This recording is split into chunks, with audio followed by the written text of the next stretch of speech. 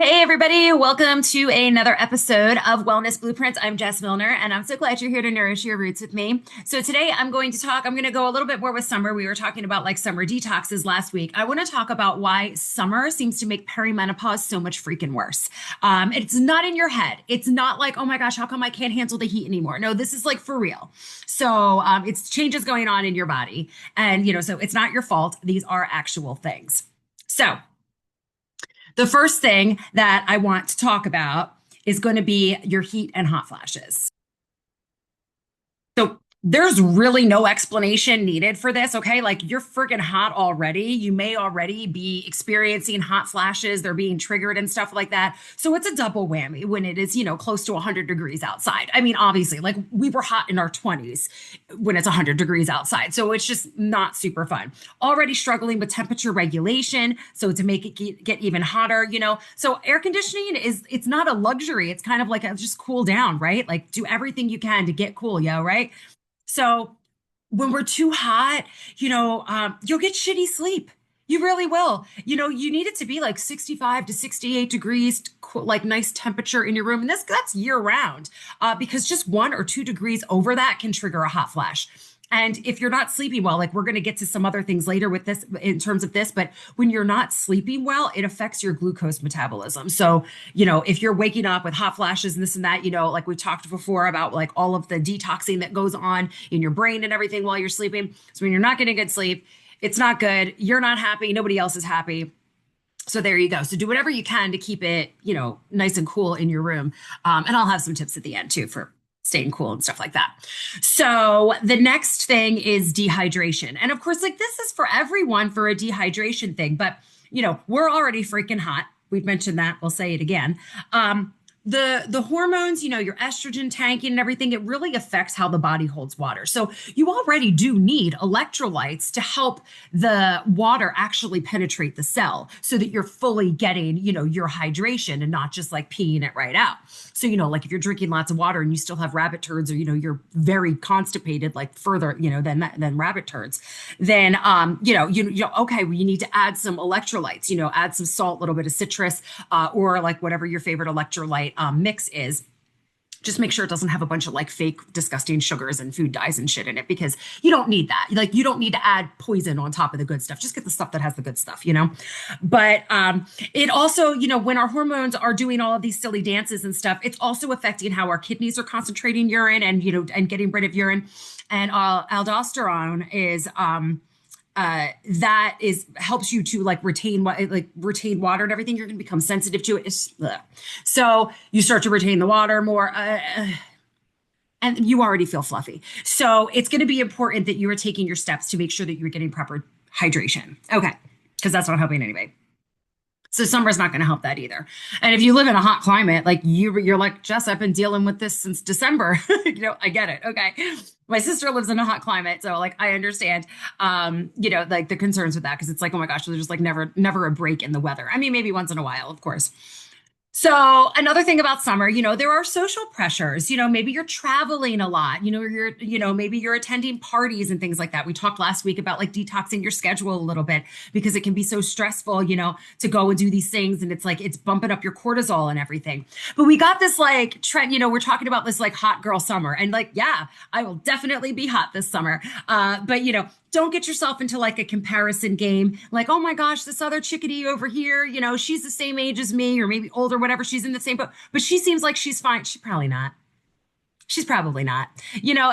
We're all dealing with it in one way or another. Maybe she's got, like some great secrets and, she's tackled a few things because that's what we do. We have to figure out what's going to work for us. I could tell you what's been working for me and what I think didn't work for me. And, but those things might have worked for somebody else and they don't work, so everybody's, everybody is different.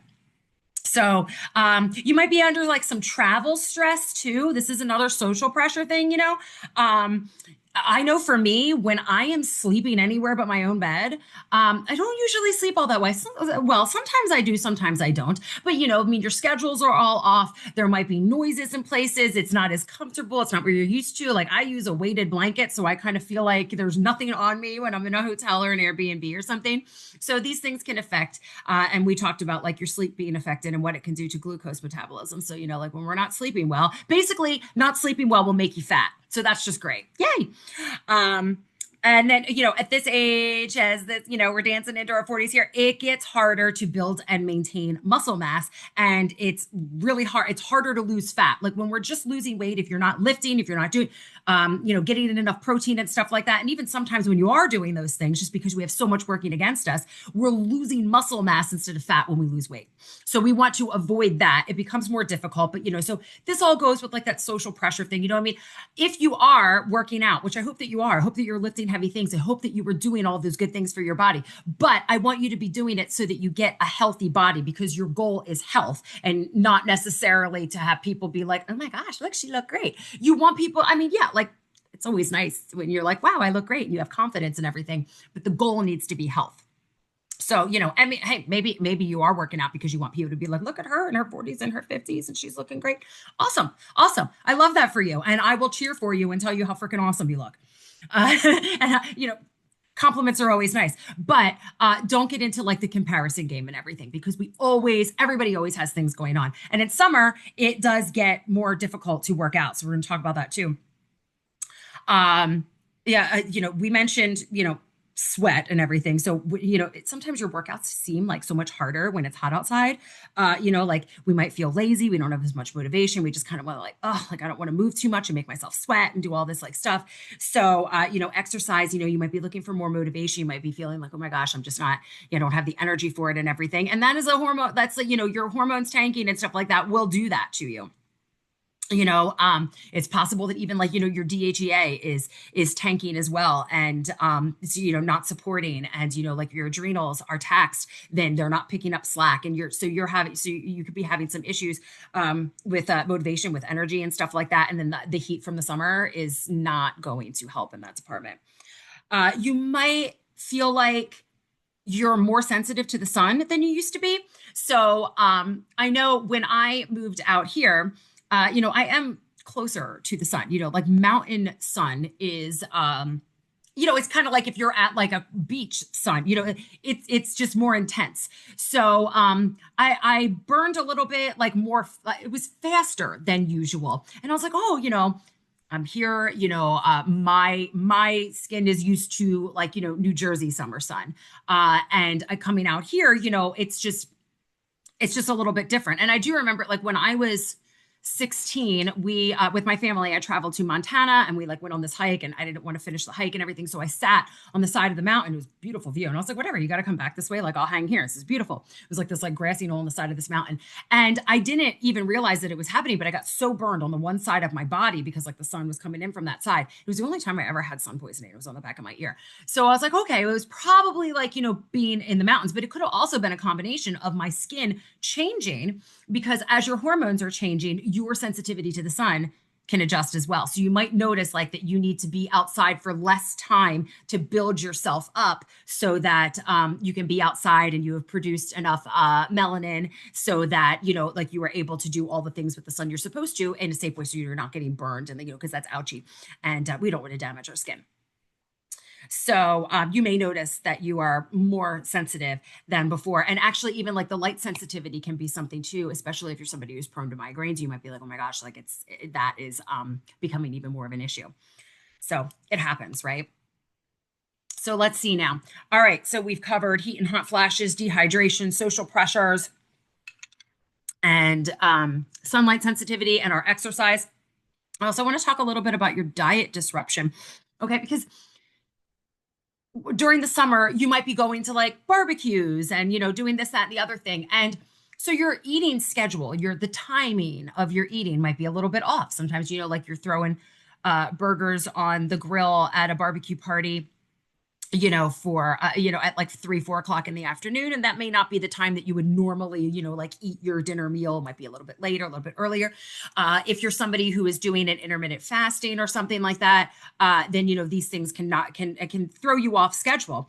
And that's going to create, it's going to create stress on the body just because it's a little bit different than what your body is used to.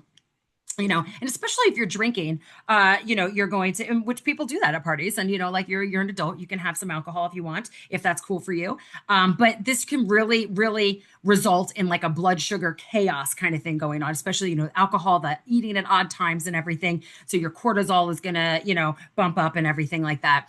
And yeah, then your glucose metabolism and all that is not going to, insulin resistance, like we don't want that.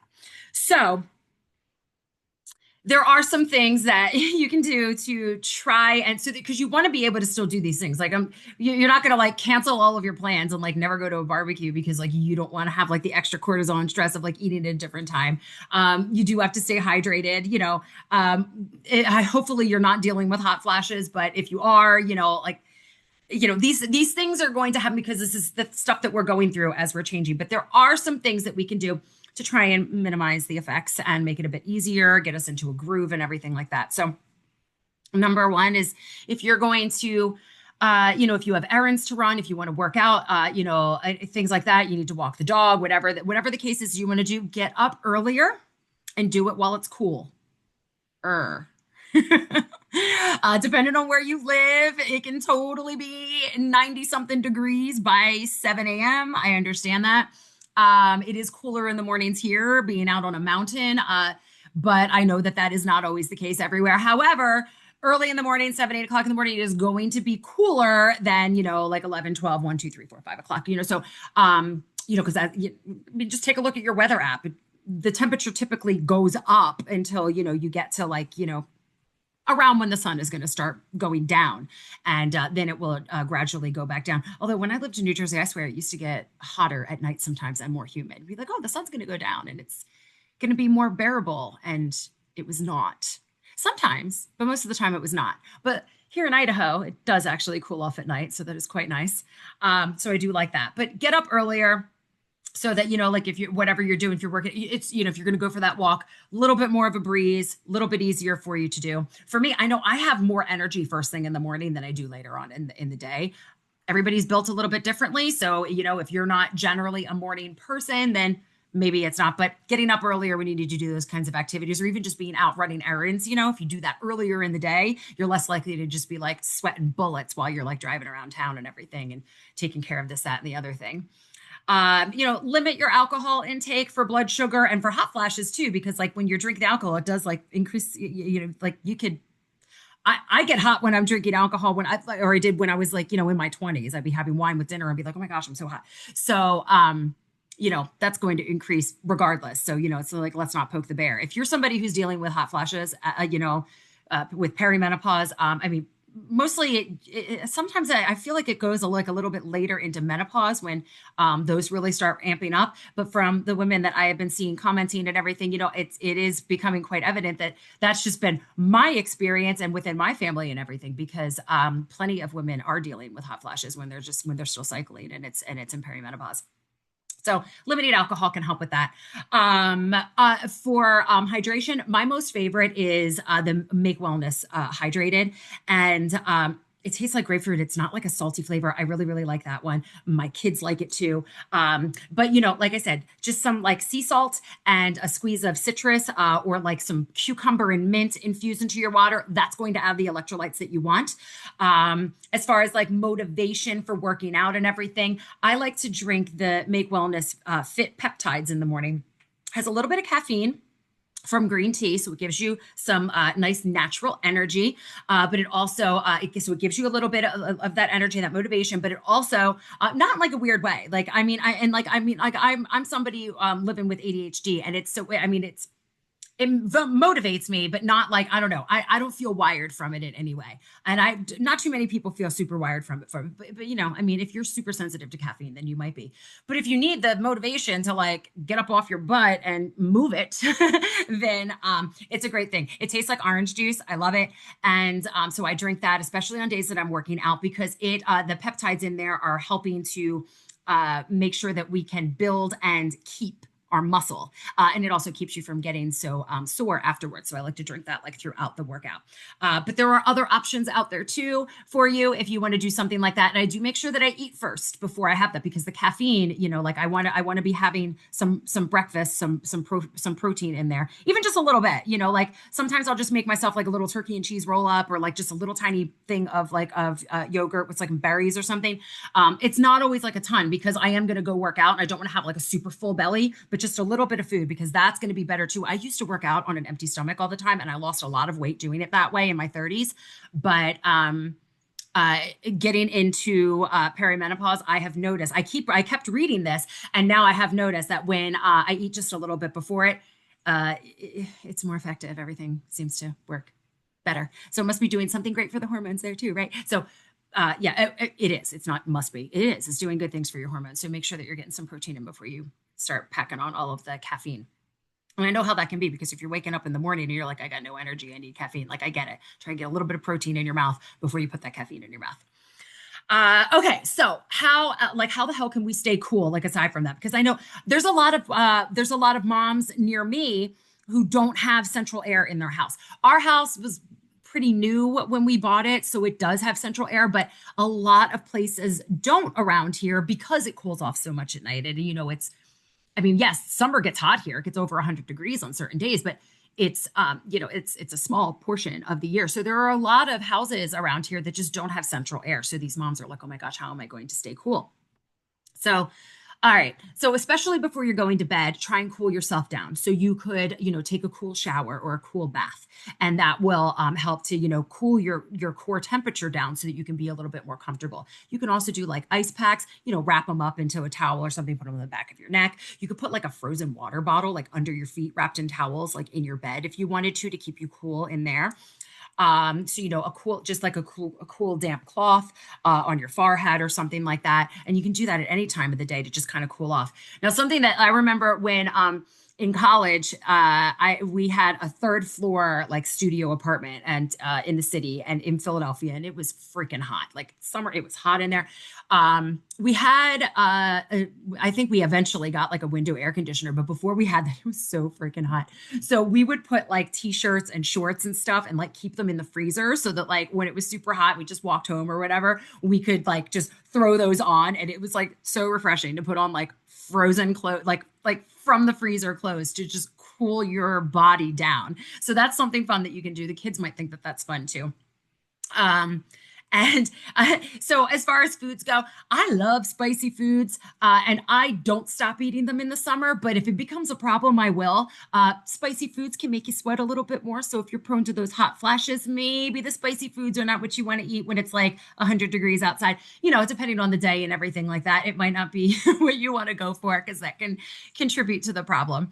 But cooling things like, lots of fruits and veggies. People are eating salads and stuff like that. And there's a reason for that. It has all of those, the fruits and vegetables have a good amount of water in them. They have those minerals in there. So the water's getting into the cell. They have all your vitamins in there. These are things that, that you need. So things like watermelon, cucumber, mint, peppermint tea, make a cold peppermint tea. These things can naturally cool your body down, because they're hydrating you at the same time. So that's pretty awesome.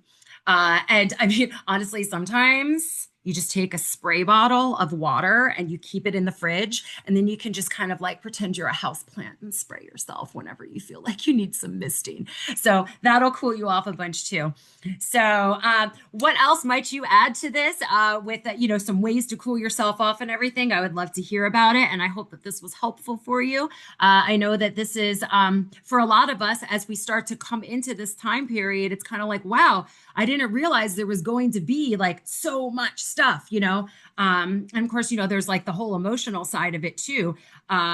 So, like I was watching, I think it was a TikTok the other day, and this girl was saying like, oh, I'm in perimenopause and I filed for divorce, and then like said, never mind, like, I'm sorry. And then did it again. And it's like the picture, like the video is her like walking from the courthouse back with like the thing, like, cause she canceled her divorce papers again, and her husband's picking her back up. But I mean, the emotional roller coaster that we're on, there are days where we're like, oh, well, I really don't like this person, blah, blah, blah. So, I mean, it's all over the place, and it's not just you. You are like, you're not nuts. You're not insane. It's nothing like that. things are going on. There's turmoil, there's chaos going on inside of us.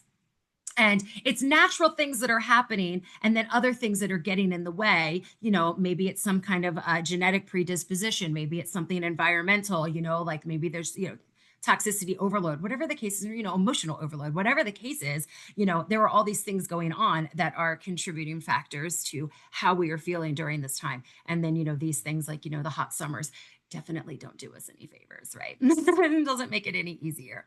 So I'm so glad that you stopped by today. I hope that this was helpful. If you would like to order any of the Make Wellness peptides, if you want the fit or the hydrated, just go ahead and shoot me a message at hello@deeprootedwellnessid.com, just because the link is like, it's not an easy link for me to just like spout out here, for you to go ahead and grab it.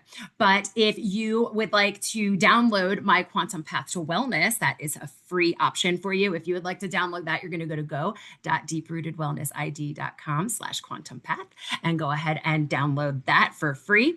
And I hope that you are enjoying the warm weather and that you are staying as cool as you can, and you have the fewest hot flashes as you can, and the fewest, emotional breakdowns as you can. And if you do have a house with air conditioning, may it continue to work beautifully all summer, and may the electric company not take all of your money. All right, guys, have a great rest of your week. Stay healthy, guys.